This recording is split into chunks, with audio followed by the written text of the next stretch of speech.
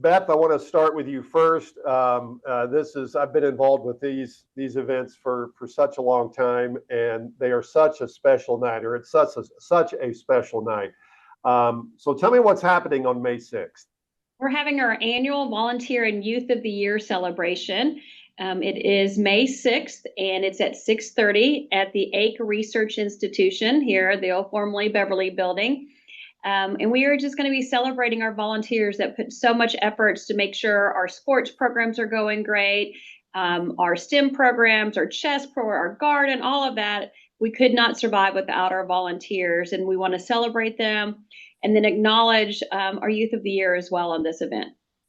How important is it to do this? You guys can't operate without these volunteers.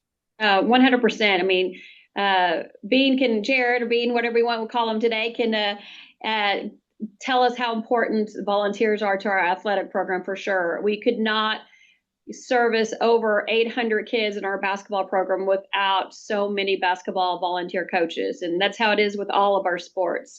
So it's a very vital part of the Boys and Girls Club. We've been around 98 years. And through those 98 years, we have had volunteers that have given years of service. And so we're very blessed to have such a core group of coaches and volunteers for our programs.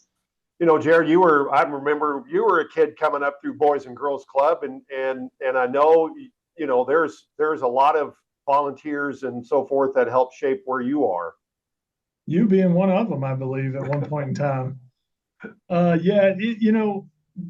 the Boys and Girls Club, how it functions is with volunteers. I mean, we literally don't exist without them. And I was actually on the phone with one of our volunteers today that's in our Hall of Fame, a 40-year volunteer plus, and he put it really well today. He said, I don't know what it is that everybody in the community don't want to volunteer for the Boys and Girls Club because it's so rewarding. After doing it for so long, you see how you mold youth, and then they come back 25, 30 years down the road and tell you what they're doing now, and explain that you were a big part of where they're at now. And that's rewarding. Like, this event's always special to me because you have 40-year, 50-year volunteers, you have first-year volunteers, but you like to see them all grow into those long-term volunteers, because eventually, the older crew's gonna go out. You got to have new ones come in. So there's always a very special guest that will come and speak at this awards banquet, and there's this really excellent football player on the U of A football team right now that shares your last name. So you pulled some strings to get the brand new head coach to be at this event. Tell me who's going to be there as the guest speaker. Well, it was really, he made it really easy on me. When I talked to Coach Silverfield about doing this event, there was no hesitation. He asked what it was for, and I told him, and he immediately said, yeah, he would love to do it. Anything to do with the Boys and Girls Club, he was honored to do. And so I don't know how many strings I pulled, because I literally asked him, and he obliged, So we're excited to have him. I think it may be his first time to speak in the Fort Smith community. So, yeah, it's going to be a great night. And of course, me talking with my son and dragging some of the other players down here to make the night even better.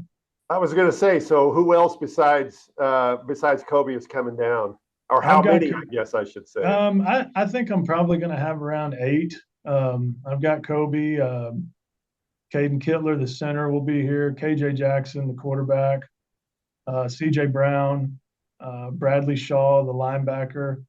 And I'm going to drag a few more that may not know that they're coming yet. But, KJ's working hard for me to get some of the other guys, some of the newer guys that we want to introduce to the community and everything, some of the transfer guys that have just gotten here. So I'm really excited that, people like Caden Kittler and KJ are always willing to step up and help me out with getting some of the other guys that might not know what we do here in Fort Smith at the Boys and Girls Club. Beth, I wonder who gets more out of this, the people who are going to be there to get to watch, or the players who come down and get to be a part of this. It's anytime we've had the Razorback players here, the kids just light up, they light up. It's a real joy for everybody, and it's a real treat to have these Razorbacks here in our community, helping to promote this event. We have some corporate tables still available, but we're getting close to being full. And but we want to let the community know that the Razorback football players and coaches appreciate Fort Smith and want to come down here and support us. All right, let's talk about the tables and tickets. It is filling up, so don't wait. But how do you get signed up for this? Yeah, you can go to our Facebook or our website, fsbgc.org, and it's on there. If you're an active volunteer, it's only $5, and you get all, and Dean also helped us get Wright's Barbecue. And so Wright's will be in the house. And I mean, that's a staple with the Razorbacks, right? And so we're excited that Wright's is coming in and sponsoring the food for us. So we're going to feed everybody very well. So for $5, if you're an active volunteer, what a treat, right? And you're also going to go home with a special gift. If you're not an active volunteer, it's only $25. Or corporate table is $500, and that corporate table seats 8 folks. So, come on, be a part of it. It helps a great nonprofit here in Fort Smith. It's helping future Razorbacks or future Oklahoma City Thunders, however we want to look at it, because of everything in this community, we are giving kids a safe educational place to hang out. All right, Beth, Jared, thank you so much. What a great night that's going to be. Thank you. Appreciate you.